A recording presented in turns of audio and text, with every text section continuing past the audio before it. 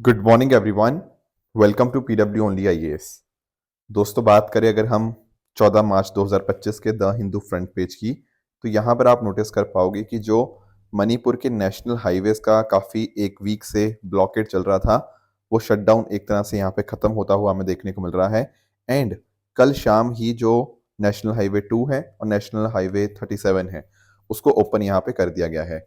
दोस्तों, पिछले एक वीक से काफ़ी क्लैशेस हमें यहाँ पे देखने को मिल रहे थे between the police forces and वहाँ पे जो प्रोटेस्टर्स हमें देखने को मिल रहे थे। अब यहाँ पर कुकी एंड जो ग्रुप की यहाँ पे काफ़ी डिमांड्स भी हैं। एंड इनफैक्ट उन्होंने ये भी बोला है कि वो चाहते हैं कि जो स्टेट के हिल डिस्ट्रिक्ट्स हैं ना, उनका अलग से एडमिनिस्ट्रेशन हो, क्योंकि उनकी जो बातें हैं, उनके जो कंसर्न है, किसके द्वारा सुने नहीं जा रहे। वो कंटिन्यूसली यहाँ पे बात कर रहे हैं कि होम मिनिस्ट्री उनके जो कंसर्न्स हैं उनको एड्रेस करने की कोशिश करे। राइट। सरकार ने भी पिछले कुछ टाइम्स के अंदर पीस इनिशिएटिव्स कुछ स्टार्ट करने की कोशिश करी है, बट कुछ जगह सफलता मिली है, कुछ जगह अभी भी काम करना यहाँ पे बचा हुआ है। तो डेफिनेटली जैसे जैसे हम थोड़ा नॉर्मलसी की तरफ बढ़ रहे हैं, इट इज़ इम्पॉर्टेंट कि लोगों के कंसर्न्स, उनके ध्यान को भी हम साथ में लेके चलें। इसके अलावा दोस्तों, यहाँ पर जो दूसरा मुद्दा द हिंदू में मेंशन्ड है, वो है United Nation accuses Israel of genocidal acts, sexual violence in Gaza Strip. देखो, एक्चुअल में यूएन ने ये नोटिस किया है कि अगर हम बात करें, जो गाजा के अंदर कॉन्फ्लिक्ट काफ़ी लंबे टाइम से चल रहा है, वहाँ पर इसराइल के द्वारा बहुत सारे जेनोसाइडल एक्ट्स करे गए हैं। फॉर एग्जांपल, अगर हम बात करें तो गाजा के अंदर जो हेल्थ केयर फैसिलिटीज़ थी, उनको डिस्ट्रॉय किया गया। महिलाओं के रिगार्डिंग जो हेल्थ केयर था, उसको यहाँ पे डिस्ट्रॉय किया गया। तो अलग-अलग एरियाज़ में जो जो डिस्ट्रक्शन इनके द्वारा किया गया है ना, तो ये यूएन एक्सपर्ट्स का ये कहना है कि अपने आप में ये सेक्सुअल वायलेंस को यूज़ किया गया है एज़ अ वॉर स्ट्रैटेजी, जो कि अपने आप में बहुत ही गलत चीज़ है। आप लोग रोम स्टैट्यूट के बारे में जानते ही होंगे, राइट? रोम स्टैट्यूट में जेनोसाइडल एक्ट की कैटेगरी के अंदर ये चीज़ आती है, जो इज़राइल के द्वारा करी गई है, ऐसा यहाँ पर यूनाइटेड नेशन के एक्सपर्ट का कहना है। देखते हैं आगे जाके क्या होता है, क्या एक्शन लिया जाता है इस पर्टिकुलर चीज़ के ऊपर। That is something that will see in the future.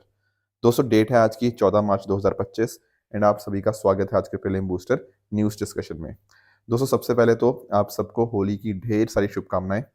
आज हम सब लोग होली मना रहे हैं। एंड दोस्तों, होली एक ऐसा त्योहार है ना, जो हम सब के दिलों को खुशी और दोस्ती के रंग से भर देता है। अब आप लोग जानते ही होंगे कि इस दिन के ऊपर बहुत सारे गाने भी बने हुए हैं, बहुत सारे सॉन्ग्स हैं जो बहुत ही पॉपुलर हैं। एंड वो पॉइंट यही दिखाते हैं कि हम सब चीज़ें, अपने जो भी अपने डिफरेंसेस हैं, उन सबको भूलकर हम साथ में मिलकर यहाँ पर ये होली का पर्व जो है वो सेलिब्रेट करते हैं।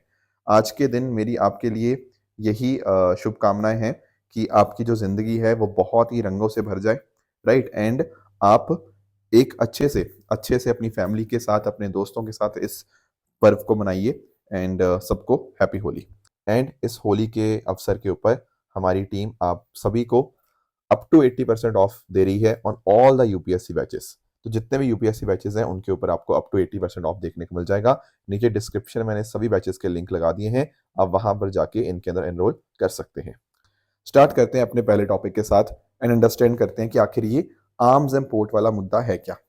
दोस्तों, दरअसल में ना, आप लोग सिप्री के बारे में जानते होंगे। What exactly SIPRI? SIPRI is Stockholm International Peace Research Institute. ये ना डेटा मैनेज करता है कि कौन सी कंट्री कितना इंपोर्ट कर रही है, कहाँ कहाँ से इंपोर्ट कर रही है। ठीक है। तो इन्होंने इस बार ये पाया है कि अगर हम बात करें, यूक्रेन जो है ना, वो दुनिया का सबसे बड़ा आर्म्स इंपोर्टर हमें देखने को मिल रहा है। एंड आप नोटिस करोगे ये कितना बड़ा चेंज है। अगर हम इसको कंपैरिजन करें 2015 से लेकर 2019, तो उस टाइम तो बहुत ही कम इंपोर्ट था यहाँ पे यूक्रेन का, पर अब वो नंबर लगभग 100 गुना बढ़ गया है। सर, ऐसा क्या हो गया 2020 से लेकर 2024 में कि 15 से 19 के मुकाबले इनका इंपोर्ट 100 गुना बढ़ गया? अब मुझे बताने की जरूरत थोड़ी है। रशिया यूक्रेन का क्राइसिस बढ़ा है, उससे टाइम से यूक्रेन ने बहुत चीजें इंपोर्ट करी हैं। And that is why it is currently the largest importer in the world of major arms. दूसरे नंबर के ऊपर दोस्तों हमारा भारत देखने को मिल जाएगा। हमने अपनी इंपोर्ट डिपेंडेंसी कम की है पहले के मुकाबले के अंदर, 2015-19 के मुकाबले हम कम हुए हैं। इसके अलावा Qatar is the third largest importer. चौथे नंबर के ऊपर आपको सऊदी अरेबिया देखने को मिल जाएगा। एंड पांचवें नंबर के ऊपर आपको यहाँ पे पाकिस्तान देखने को मिल जाएगा, राइट? भारत की दोस्तों अगर मैं बात करूं ना, तो भारत आज के समय सबसे ज्यादा इंपोर्ट करता है रशिया से, 36%। पहले ये इंपोर्ट डिपेंडेंसी रशिया के ऊपर बहुत ज्यादा थी, जैसे 2010 से 2014 की बात करें ना, तो भारत के अंदर जितने भी आर्म्स आते थे उनमें 72% इम्पोर्ट्स रशिया से थे, फिर ये कम हो गए 55% हुए, अब ये कम हो गए 36% देखने को मिल जाएंगे। तो सबसे बड़ा जो इम्पोर्टर मतलब जहां से हम इम्पोर्ट करवाते हैं दैट इज रशिया, दूसरे नंबर के ऊपर आपको फ्रांस देखने को मिल जाएगा। बाकी सिप्री की रिपोर्ट ने कुछ और भी डेटा दिया है, जैसे फॉर एग्जांपल अगर ओवरऑल वॉल्यूम की बात करें कि कितना आर्म्स ट्रांसफर हुआ है, वो लगभग सिमिलर ही रहा है जैसा कि 2015-19 और 2010 से 14 के बीच में था। हालांकि अगर आप 2005 से 2009 के टाइम को कंपैरिजन करोगे तो उसके मुकाबले में ये नंबर्स बड़े हैं, बट पिछले आप कह सकते हो कि रफली पिछले 15 साल से ये नंबर लगभग कांस्टेंट ही हमें देखने को मिल रहे हैं। अब कुछ एरियाज के अंदर ये चीजें कम हुई हैं इंपोर्ट, बट यूरोप हो गया, अमेरिका की कुछ कंट्रीज हो गया, वहां पर इंपोर्ट बढ़ता हुआ देखने को मिला, जैसे फॉर एग्जांपल आपका यूक्रेन हो गया। बाकी चाइना की दोस्तों अगर हम बात करें ना, चाइना टॉप 10 आर्म्स इंपोर्टर से बाहर हो गया है। एंड इनफैक्ट इसका रीजन यही है कि चाइना कहीं ना कहीं अपनी डिफेंस इंडस्ट्री को बहुत ही मजबूत मजबूत कर रहा है, एंड उसकी वजह से उसको इंपोर्ट डिपेंडेंसी उसकी काफी कम हो चुकी है। बाकी एशिया और ओशिनिया रीजन की बात करें तो यहाँ इंडिया, पाकिस्तान, जापान, ऑस्ट्रेलिया, ये टॉप 10 इंपोर्टर्स हैं इस पर्टिकुलर रीजन के अंदर। पाकिस्तान के इंपोर्ट यहाँ पे बड़े हैं 61% से between this particular time, and China ही उसका जो डोमिनेंट सप्लायर रहा है, एंड 81% जो आर्म्स इंपोर्ट है जो पाकिस्तान करता है वो चाइना से ही आते हैं। राइट, तो ये तो सारा डेटा हमने यहाँ पे अंडरस्टैंड कर लिया। थोड़ा सा मैं आपको सिप्री के बारे में बता देता हूँ। Stockholm International Peace Research Institute जो है ना, वो एक ग्लोबल थिंक टैंक है जो कि यही देखता है कि आर्म्स ट्रेड कितना हुआ, मिलिट्री एक्सपेंडिचर कैसे चल रहा है, ग्लोबल सिक्योरिटी के रिगार्डिंग सारा चीजें यहाँ पे इकट्ठा करता है। इसको 1966 के अंदर स्टैब्लिश किया गया था। अब आप एक बात नोटिस करना, ये जो आपका सिप्री है ना, ये आर्म्स ट्रांसफर वॉल्यूम को मेजर करता है, ठीक है, ये फाइनेंशियल वैल्यू को मेजर नहीं करता। आप इस बात को अंडरस्टैंड करना। देखो हो सकता है कोई एक मान लो टैंक है या कोई भी ऐसी चीज है, राइट, ये कल को महंगाई की वजह से महंगी हो जाए, है ना, तो अमाउंट हमें वैल्यू जो फाइनेंशियल वैल्यू है वो हमें सही पिक्चर नहीं दिखाएगा। सही पिक्चर दिखाएगा उसका वॉल्यूम, कि कितना वॉल्यूम हम यहाँ पे इंपोर्ट यहाँ पे कर रहे हैं, तो वो ये वही चीज यहाँ पे सिप्री यहाँ पे देखता है। बाकी सिप्री एकमात्र दुनिया की ऐसा पब्लिक रिसोर्स है जो कि इंटरनेशनल आर्म्स ट्रांसफर कितने हुए ये 1950 से, मतलब डेटा है इसके पास, एस्टैब्लिश तो 1966 से हुआ, पर एकमात्र डेटाबेस जो यहाँ पे इतने लंबे टाइम से 75 साल से जिसके पास डेटा है 75 साल का, वो केवल और केवल आपको सिप्री ही देखने को मिलता है। आई होप ये सिप्री के रिगार्डिंग जो पूरा आर्टिकल था ये आपको बहुत अच्छे से क्लियर हो गया होगा। नेक्स्ट आते हैं अगले टॉपिक पे एंड अंडरस्टैंड करते हैं अपार आईडी के बारे में, one nation one student ID. दोस्तों लगभग 6 महीने पहले ना हमने ये टॉपिक डिस्कस किया था, राइट, तो थोड़ा पुराना हो चुका है बट फिर से न्यूज में आया है, थोड़ा डिस्कस कर लेते हैं आखिर ये अपार आईडी होता क्या है। दोस्तों कई बार जैसे एक स्टूडेंट है, ठीक है, एक स्टूडेंट को कई बार अपने शहर चेंज करने पड़ते हैं, किसी कारणों की वजह से अपने स्कूल चेंज करने पड़ते हैं या कॉलेज चेंज करना पड़ता है, बहुत सारी ऐसी चीजें यहाँ पे उसको अपनी लाइफ में चेंजेस यहाँ पे होते हैं। तो कई बार आप जानते हो जब एक स्कूल से हम दूसरे स्कूल जा रहे हैं या कहीं और पे डॉक्यूमेंट चाहिए, तो इसके पास में ना फिर एक डॉक्यूमेंट का एक लिफाफा इसके पास मेंटेन रहता है, उसमें 10th का सर्टिफिकेट, स्कूल लिविंग सर्टिफिकेट, है ना, इस तरह के बहुत सारे अन्य अन्य सर्टिफिकेट्स उसमें होते हैं। अब इतनी ज़्यादा समस्याएं आती हैं इस चीज़ की वजह से, बाकी कुछ वेरिफिकेशन वगैरह भी देखना होता है, तो बहुत ज़्यादा समस्याएं फेस होती हैं एक बच्चे को जब वो एक जगह से दूसरी जगह जाता है। तो यहाँ पर सरकार ने सोचा कि नहीं, उसके सोल्यूशन हमारे पास है, वो है आपकी अपार आईडी। देखो जैसे आपका आधार नंबर होता है ना, तो अपार भी वही चीज है, ठीक है, अपार भी बस एक स्टूडेंट के लिए एक, जैसे आधार समझ लो, एन आधार फॉर स्टूडेंट, ठीक है, उनके लिए अपनी एक अपार आईडी हो जाएगी। उस अपार आईडी के अंदर सारा का सारा डेटा होगा, मतलब कि कहाँ कहाँ पे पढ़े थे, कहाँ कहाँ पे चीजें थी, सारा एकेडमिक रिकॉर्ड्स एक सिंगल प्लेटफॉर्म के अंदर कंसोलिडेट कर दिया जाएगा। ये होगी आपकी अपार आईडी, 12 डिजिट का एक लाइफ लॉन्ग स्टूडेंट आईडी, इसके माध्यम से सारे एकेडमिक रिकॉर्ड्स एक ही प्लेटफॉर्म पे आ चुके हैं। एंड ये मिनिस्ट्री ऑफ एजुकेशन का इनिशिएटिव है ताकि एक बच्चे की हम एकेडमिक प्रोग्रेस को प्री प्राइमरी एजुकेशन से लेकर हायर एजुकेशन तक हम उसको ट्रैक कर पाएं।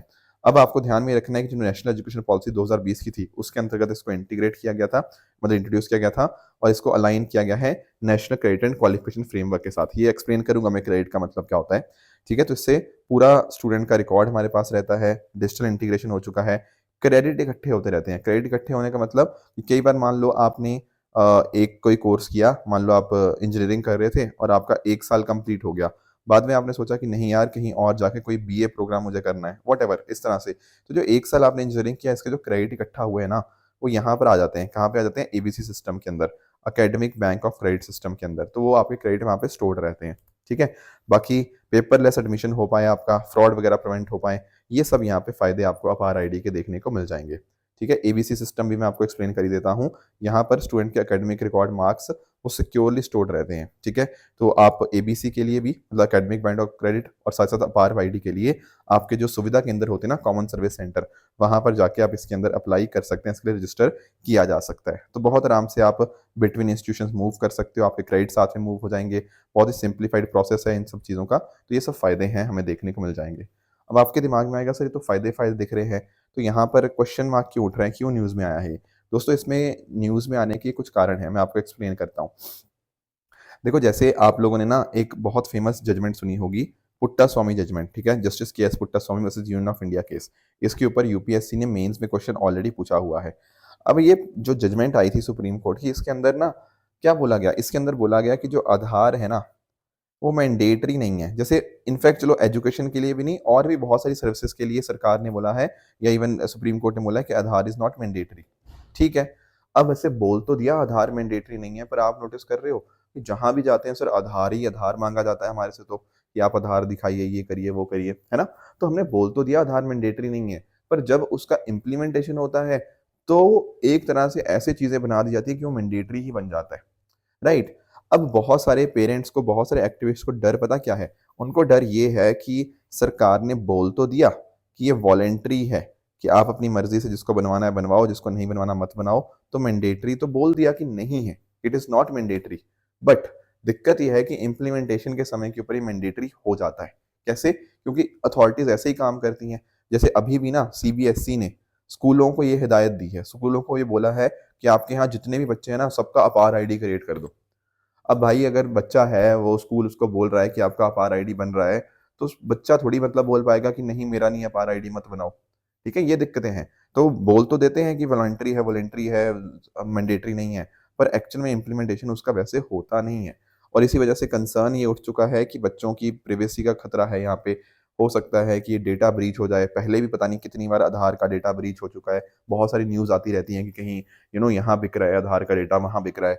तो इस तरह की चीज़ें बच्चों के साथ हो सकती हैं, उनका डेटा वगैरह लीक हो सकता है, साइबर थ्रेट आ सकते हैं। ये सब कंसर्न यहाँ पे रेज किए जा रहे हैं by the parents as well as the activist. तो आई होप आपको अपार आईडी समझ आ गया होगा।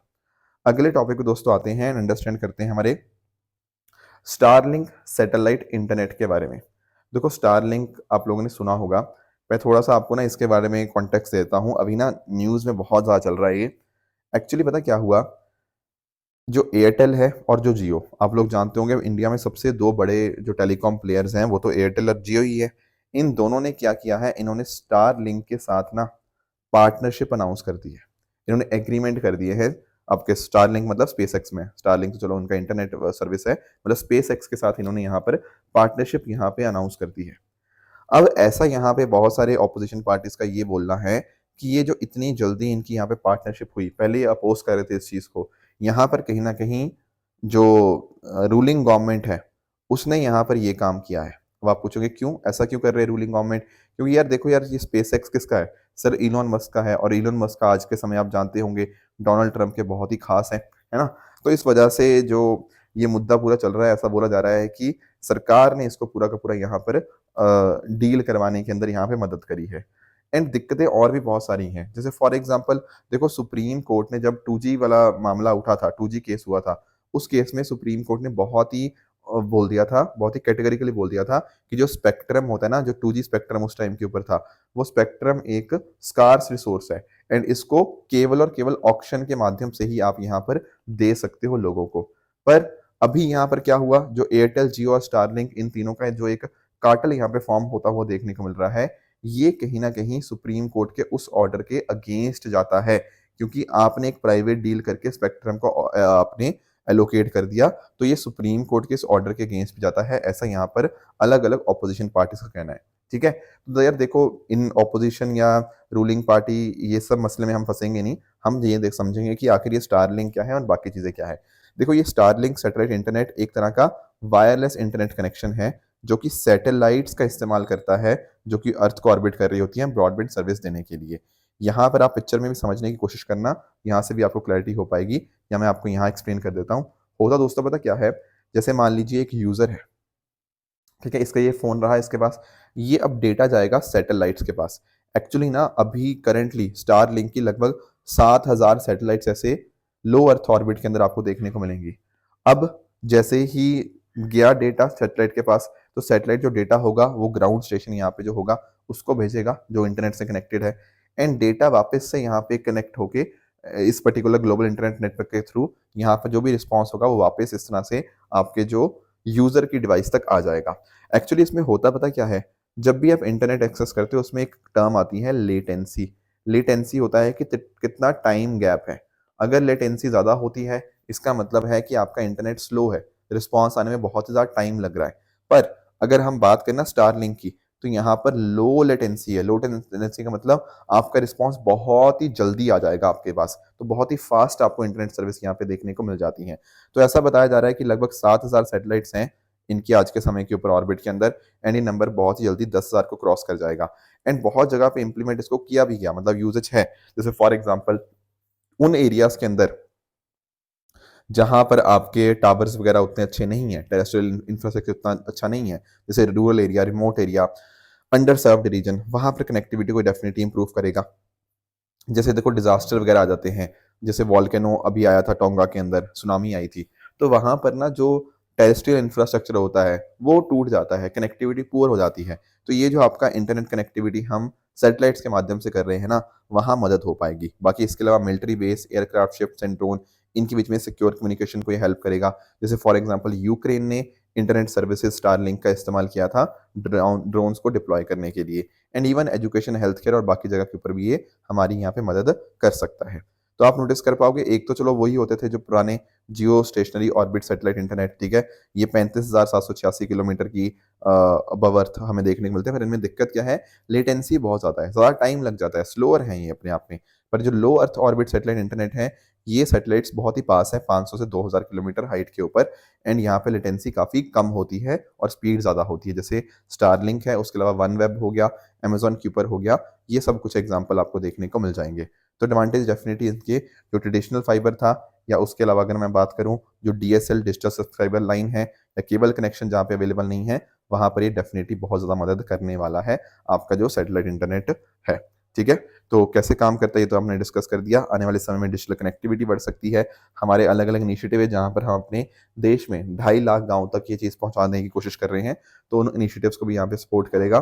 कुछ एक समस्याएं हैं जैसे मैंने आपको बताया कि spectrum allocation and security clearance, ये मिलना कहीं ना कहीं दिक्कत है, क्योंकि मैंने जैसा आपको बताया ना कि सुप्रीम कोर्ट का जजमेंट कुछ अलग है और अभी जो मुद्दा हुआ है जहाँ पे डील हुई है ये अलग हमें देखने को मिलती है। तो कैसे वो लीगल चैलेंजेस को टैकल कर पाएगा, that is something to be seen. And बाकी देखो यार, अगर पूरा का पूरा सारी चीज़ें आपकी आपकी जो सैटेलाइट्स हैं उसके माध्यम से इंटरनेट होगा, तो जो ऑलरेडी ग्राउंड इंफ्रास्ट्रक्चर है हो सकता है उसकी ज़रूरत ही खत्म हो जाए, है ना। तो इस वजह से टेलीकॉम इंडस्ट्रीज के ऊपर भी खतरा हो सकता है अगर यहाँ पर कुछ चेंजेस उनके द्वारा ना किए गए। अगले टॉपिक पे दोस्तों आते हैं, एंड प्रधानमंत्री Fasal Bima Yojana and RWBCIS restructured weather based crop insurance scheme, इनको अंडरस्टैंड करते हैं। दरअसल में सरकार ने इनका जो कंटिन्यूएशन है वो अप्रूव कर दिया है, 2025-26 तक ये स्कीम्स जो हैं वो चलती रहेंगी। अब इन दोनों स्कीम्स के अंदर थोड़ा सा अंतर है, let us try and understand. पहली बात तो आप लोग समझ गए होंगे, फसल बीमा योजना यानी कि क्रॉप इंश्योरेंस की बात हो रही है। तो 2016 के अंदर इस स्कीम को लॉन्च किया गया था as an insurance service for the farmers, right. अब यहाँ पर ना हर तरह की आपको इंश्योरेंस देने की कोशिश हुई है, जैसे फॉर एग्जांपल बारिश, टेम्परेचर वेरिएशन, फ्रॉस्ट, ह्यूमिडिटी, इनकी वजह से हो गया, ठीक है। आपके फार्मर इनकम को स्टेबल करने के लिए इसको यहाँ पे किया गया था। आपको ध्यान में रखना है इसमें प्री सोइंग मतलब सो करने से पहले एंड हार्वेस्ट करने के बाद अगर कुछ भी डैमेज हो जाता है, मतलब इवन पोस्ट हार्वेस्ट भी इसमें इंक्लूडेड है। तो ऐसा नहीं है कि सिर्फ जब फसल लगी हुई उसी टाइम के ऊपर, नहीं, pre sowing and post harvest भी यहाँ पे कवर्ड है। तो 2016 में मिनिस्ट्री ऑफ एग्रीकल्चर ने इसको लॉन्च किया था। ध्यान रखने वाली बात यह है कि एक वॉलेंट्री स्कीम है। पहले दो स्कीम चलती थी, NAIS national agriculture insurance scheme and modified NAS, उन दोनों को यहाँ पे इसके द्वारा रिप्लेस किया गया। अब आप ना कुछ इंपॉर्टेंट चीज देखिए, जैसे फॉर एग्जांपल यहाँ पर ना टाइप ऑफ क्रॉप के हिसाब से जो प्रीमियम होगा वो अलग अलग है। जैसे अगर खरीफ क्रॉप होती है उसके लिए प्रीमियम है 2%, राबी क्रॉप के लिए प्रीमियम है 1.5%, एंड आपकी जो हॉर्टिकल्चर क्रॉप्स होती हैं उनके लिए 5% का आपको ये यहाँ पे प्रीमियम देखने को मिल जाएगा। और गवर्नमेंट की सब्सिडी के ऊपर कोई अपर लिमिट नहीं है। अगर मान लीजिए जो बाकी का जो प्रीमियम देना है वो 90% भी है तो पूरा का पूरा सरकार वहन करेगी, तो there is no upper limit. बाकी जैसे मैंने बताया यहाँ पर अलग अलग फूड क्रॉप्स यहाँ पे कवर होती हैं, फार्मर्स भी कवर्ड हैं, इवन शेयर क्रॉप या टेनेंट जिनकी खुद की ज़मीन नहीं है पर किराए पे लेके काम कर रहे हैं वो भी यहाँ पे इसके अंतर्गत कवर हो जाएंगे। इवन जो पोस्ट हार्वेस्ट में मैं बता रहा था ना वो भी कवर्ड है, बट अप टू 14 डेज। मतलब कि एक किसान ने मान लो अपनी फसल को काट लिया, अभी फसल उसने जो है अपने खेत में ही रखी हुई है, अगर वो 14 दिन के लिए रखी हुई है ना और उसमें कुछ ना कुछ दिक्कत आ जाती है तो फिर यहाँ पर उनको यहाँ पे उनकी क्रॉप इंश्योरेंस यहाँ पे वैलिड रहेगी। बाकी इसके अलावा कुछ भी चीज़ें जैसे फॉर एग्जांपल जो कुछ चीज़ें हैं जो इंक्लूडेड नहीं है, जैसे loss due to war, nuclear risk, preventable risk जो आप कहीं ना कहीं प्रिवेंट कर सकते थे, वो सब इसके अंतर्गत कवर्ड नहीं होते। कुछ टेक्नोलॉजिकल इंटरवेंशन किया गया, जैसे एक विंड्स करके है, weather information and network data system, तो वेदर के साथ इसको लिंक किया गया है। यील्ड एस्टिमेशन, हमें देखना होता है ना कि क्रॉप कितना नुकसान हुआ, तो उसके लिए जो सिस्टम है that is yield estimation system using technology end fund for innovation and technology. ये तो थी आपकी प्रधानमंत्री फसल बीमा योजना। एक और भी सरकार की स्कीम है, हालांकि उसकी इतनी चर्चा नहीं होती, that is restructured weather based crop insurance scheme. ये भी 2016 में आई थी और यहाँ पर ये वेदर के रिगार्डिंग कुछ भी एडवर्स चीजें होती हैं उसके रिगार्डिंग यहाँ पे कवरेज होता है। मैं आपको समझाता हूँ कि दोनों में अंतर क्या है। देखो यार, इस बात को अंडरस्टैंड करना, जो प्रधानमंत्री फसल बीमा योजना है ना, ये एक्चुअल नुकसान को कैलकुलेट करने की कोशिश करती है कि मतलब ये जो भी अलग अलग चीजें हुई उसकी वजह से एक किसान को वाकई में नुकसान कितना हुआ, जितना नुकसान हुआ उतना उनको यहाँ पे रीपे कर दिया जाएगा, उनको उतना पैसा दे दिया जाएगा। पर यहाँ पर जब मैं बात करता हूँ ना restructured weather based crop insurance, यहाँ पर ना ये एस्टिमेट नहीं करते, ये एक्चुअली जाके सर्वे वर्वे नहीं करते कि कितना नुकसान हुआ। ये देखते हैं कि यार टेम्परेचर पहले इतना था एंड हम एक्सपेक्ट कर रहे थे नॉर्मल टेम्परेचर रहने का, पर टेम्परेचर नॉर्मल ना रह के टेम्परेचर में कुछ डेविएशंस आए हैं, कुछ बदलाव हुआ है। ये जो टेम्परेचर में बदलाव आया है, जो टेम्परेचर में डेविएशन आया है, इससे एक आइडिया लगाने की कोशिश करती है कि कितना किसान को नुकसान हुआ होगा, एंड कितना नुकसान हुआ होगा एक आइडिया जो लगाया जाता है उतना पैसा किसान को दे दिया जाता है। मतलब आप इस बात को समझना कि ऐसा नहीं होगा कि किसान की खेत में जाके देखेंगे कि अच्छा आपका इतना नुकसान हुआ, ये लो इतना पैसा, नहीं। वो होता है प्रधानमंत्री फसल बीमा योजना के अंतर्गत। ये जो है ना RWBCIS स्कीम, यहाँ पर ये एस्टिमेट लगाते हैं कि टेम्परेचर में वेरिएशन इतना आया, इतना डेविएशन था, एंड इस डेविएशन की वजह से इतना नुकसान हो सकता है किसान को हुआ हो। तो एक्चुअली ये चेक नहीं करते, ये जाके ये एक्चुअल एस्टिमेट नहीं करते। प्रधानमंत्री फसल बीमा योजना में तो एक्चुअल कैलकुलेट किया जा रहा था, पर RBWCS में ऐसा नहीं होता है। ठीक है, तो ये बातें आपको फर्क इनमें पता होना चाहिए। बाकी other things are not important, but method important था। अगला हमारा जो टॉपिक है दैट इज UN80 इनिशिएटिव के बारे में। अब ये क्या है UN80? दोस्तों आप लोग जानते होंगे यूनाइटेड नेशन कब बना था, सन 1945 के अंदर। अब इसके 80 साल कंप्लीट हो गए हैं, हम 2025 में हम जा रहे हैं, तो 80 ईयर्स ऑलमोस्ट इसके कंप्लीट हो गए हैं। तो 80 साल जो पुरानी ऑर्गेनाइजेशन है, क्या वो आज भी रेलिवेंट है या नहीं है, या उसको आगे हम और कैसे एफिशिएंट बना पाएंगे। इसीलिए यूएन के जो सेक्रेटरी जनरल हैं एंटोनियो ग्यूटेरेस जी, इन्होंने UN80 इनिशिएटिव यहाँ पे अनाउंस किया है। तो इसके माध्यम से कोशिश ये है कि हम एफिशिएंसी बेहतर कर पाएँ यूएन की, उसके जो खर्चे हैं वो कम कर पाएँ, एंड यूएन को और भी इफेक्टिव बना पाएँ। क्योंकि देखो आज के समय में बहुत ज़्यादा ग्लोबल अनसर्टेनिटी है, तो 3 चीज़ों के ऊपर इसका फोकस रहने जा रहा है। पहले तो आपका है इम्प्रूवमेंट करने के ऊपर, ठीक है, एफिशिएंसी बेहतर बनाने के ऊपर। इसके अलावा अगर हम बात करें, मतलब इसी में ही प्रोसेस को ये स्ट्रीमलाइन करेंगे। फिर मैंडेटली रिव्यू होगा इसके अंतर्गत, ठीक है, ताकि अलग अलग जो स्टेट्स हैं वो कैसा काम कर रहे हैं, उस मैंडेट्स के रिगार्डिंग क्या चीज़ें हो भी रही हैं नहीं हो रही, ठीक है। एंड लास्टली अगर हम बात करें, जो तीसरा इनका काम रहेगा वो है स्ट्रक्चरल चेंजेस, ठीक है। यूएन सिस्टम के अंदर चेंजेस लाने पड़ेंगे ताकि जो 21st सेंचुरी के चैलेंजेस हैं उनको हम बेहतर ढंग से एड्रेस कर पाएँ। तो ये 3 इनिशिएटिव्स यहाँ पे UN80 इनिशिएटिव के अंदर देखने को मिलेंगे, जो कि यूएन की एफिशिएंसी को बढ़ाने की कोशिश है एंड उसको और कॉस्ट इफेक्टिव करने की यहाँ पे कोशिश हमें देखने को मिल जाएगी, राइट। दोस्तों अब आ जाते हैं अपने प्लेसेस इन न्यूज़ के रिगार्डिंग। यहाँ पर आपके सामने एक मैंने जो मेंशन किया है that is regarding Atacama salt flat. इसको आप बताएंगे कि ये लोकेशन कहाँ पर है and what do you mean by salt flat, and आखिर न्यूज़ में क्यों था। ये कुछ बातें आपको यहाँ पे बतानी होंगी कमेंट सेक्शन के अंदर, राइट। कल जो मैंने आपको दोस्तों एक होमवर्क दिया था वो था सीन रिवर के रिगार्डिंग। दोस्तों पहली बात तो आपको ध्यान में रखना होगा कि जब हम बात करते थे ना, तो आप लोगों ने ओलंपिक्स देखे होंगे। तो जो ओलंपिक्स हुए थे वो कहाँ हुए थे सर? सर पेरिस के अंदर हुए थे, राइट। अब जब ये ओलंपिक्स यहाँ पे हुए तो एक बहुत रिवर चर्चा में रही, वो थी आपकी सेन रिवर। क्यों रही? क्योंकि एक्चुअली बहुत सारे पहले तो क्वेश्चन मार्क्स उठ रहे थे कि क्या ये नदी साफ है भी या नहीं है। बाद में फिर लोगों ने वहाँ पे नहाए वगैरह, ठीक है, वहाँ पर उन्होंने स्विमिंग वगैरह करी, तो उससे उन्होंने ये प्रूव करने की कोशिश करी कि हाँ ये वाकई में काफ़ी क्लीन है। एंड आपको ध्यान में रखना है कि जो फ्रांस की सबसे बड़ी नदी है वो तो ये है, लॉयर रिवर, ठीक है। उसके बाद जो आपको दूसरी सबसे लंबी नदी देखने को मिलती है फ्रांस के अंदर, that is your Sen river. And इसी पर्टिकुलर नदी के ऊपर आपको जो पेरिस सिटी है वो आपको देखने को मिल जाएगी, ठीक है। एंड एक बात आपको और ध्यान में रखनी है कि जो रिवर है ना, ये यहाँ पे किस साइड ड्रेन आउट होती है, ये ड्रेन आउट होती है आपकी इंग्लिश चैनल के अंदर, ठीक है। तो काफी न्यूज में रही है ये पर्टिकुलर रिवर, तो ये जो बातें थी आपको इसके रिगार्डिंग यहाँ पे डेफिनेटली पता होनी चाहिए। अब दोस्तों बात करें अगर ट्रू एंड फॉल्स स्टेटमेंट्स की, यहाँ पर आपके सामने कुछ स्टेटमेंट्स हैं, आप इनको पढ़िए एंड बताइए इनमें से कौन सा ठीक है कौन सा गलत है। एंड जो कल आपको होमवर्क दिया था, एक था साहित्य अकेडमी के रिगार्डिंग, यहाँ पर कह रहा है कि 22 शेड्यूल लैंग्वेजेस के अंदर ही केवल आपको ये लिटरेरी एक्टिविटीज कर दी जाती है। नहीं, देखो 22 तो है ही है, उसके अलावा आपका इंग्लिश और राजस्थानी ये लैंग्वेजेस भी हैं, इसलिए स्टेटमेंट 1 आपका इनकरेक्ट हो जाएगा। सेकंड स्टेटमेंट की बात करें commission of status of women, तो ये कह रहा है कि इकोसॉक की आपको एक सब्सिडरी बॉडी के तौर के ऊपर 1946 में स्टैब्लिश हुआ था। Yes, this is correct. And Chandra surface thermophysical experiment, yes ये टेम्परेचर प्रोब था विक्रम लैंडर के ऊपर ऑन चंद्रयान 3 मिशन, ये भी करेक्ट स्टेटमेंट बन जाएगा। तो दोस्तों ये थी हमारी आज की डिस्कशन। इस तरह से आप सब लोग अपने एंड पे हार्डवर्क करते रहिए। Thank you so much for joining, all the best.